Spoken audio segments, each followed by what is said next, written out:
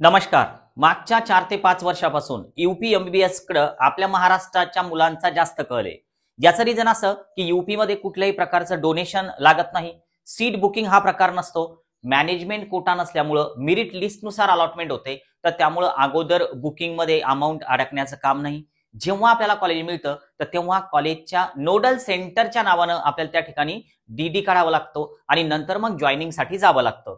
प्रक्रिया ही खूप सोपी असते आणि बरेच मुलं या प्रक्रियेमधून ऍडमिशन प्रोसेस मधून जातात आणि ऍडमिशन आपली सक्सेसफुल करतात. यूपीचा कट ऑफ हा दरवर्षी बऱ्यापैकी खाली असतो. यावर्षी सुद्धा एक लेटेस्ट अपडेट आलेलं आहे की ज्यामुळं यूपी कॉलेजेसचा कट ऑफ थोडा कमी येण्याचे जास्तीत जास्त चान्सेस वाटत आहेत. कोणता अपडेट आहे बघूया. 5 जुलै 2025 ची ही नोटीस आहे.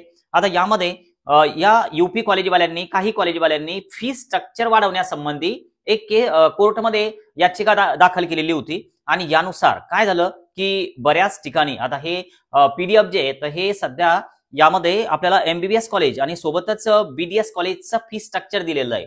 आता हे शैक्षणिक वर्ष 2024-25 साठी म्हणजे मागच्या वर्षी ज्यांनी ऍडमिशन केली तर त्यांच्यासाठी हे फी स्ट्रक्चर नव्यानं आहे. आता यावर्षी जे ऍडमिशन करतील तर हे फी स्ट्रक्चर यांना लागू होणार आहे. यामुळे काय होईल डिफरन्स बघा.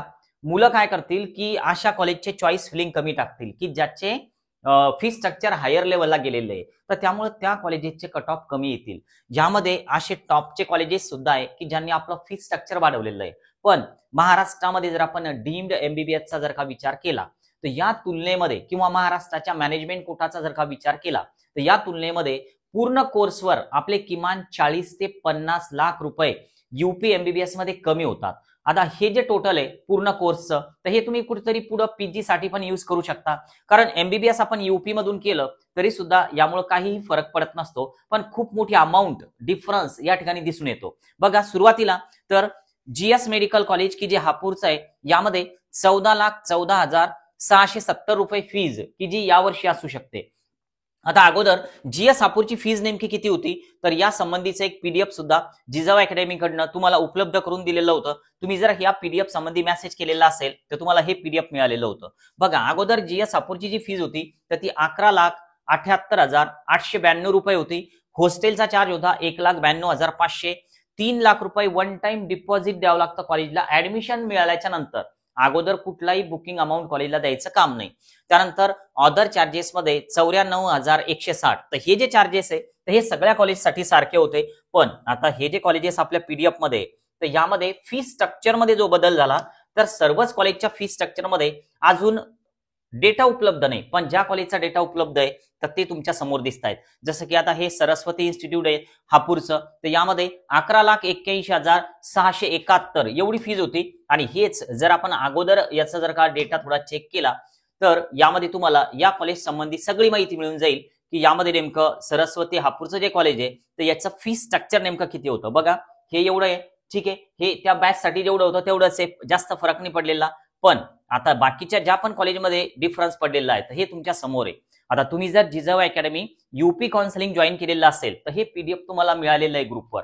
आणि जर तुम्हाला यूपी एमबीबीएस जिजाऊ अकॅडमीचं जॉईन करायचं असेल तर तुम्ही यूपी एमबीबीएस असा एक मेसेज करा.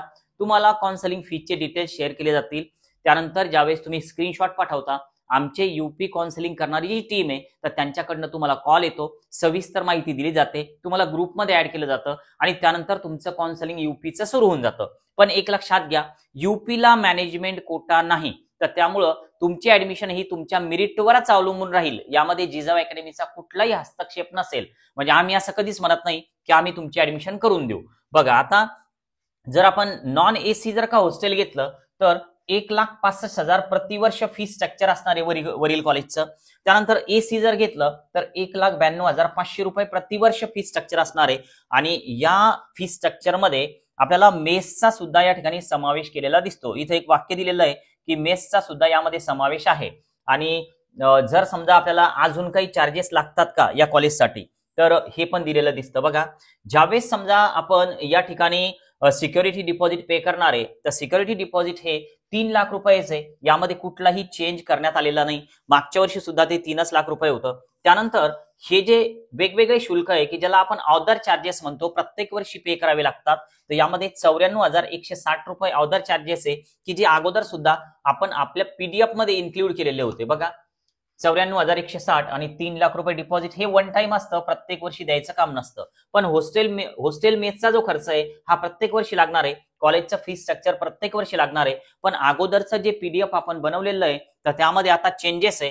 आता हे जे नवीन अपडेटेड पीडीएफ आहे तर हे यांच्या वेबसाईटवर सुद्धा उपलब्ध आहे, तर तुम्ही हे बघून घेऊ शकता. आता हे सगळे जे कॉलेजेस आहेत तर यामध्ये हे पीजी साठी आहे, पण आपण इथपर्यंत हे यूजीचं बघून घेऊ. तर आता जर समजा तुम्हाला यूपी काउन्सिलिंग मध्ये जिजाऊ अकॅडमीज नाही कुठं जरी जॉईन करायचं असेल तरी सुद्धा तुम्ही एक गोष्ट लक्षात ठेवा की तुमचं अलॉटमेंट हे तुमच्या रँकनुसार होणार आहे.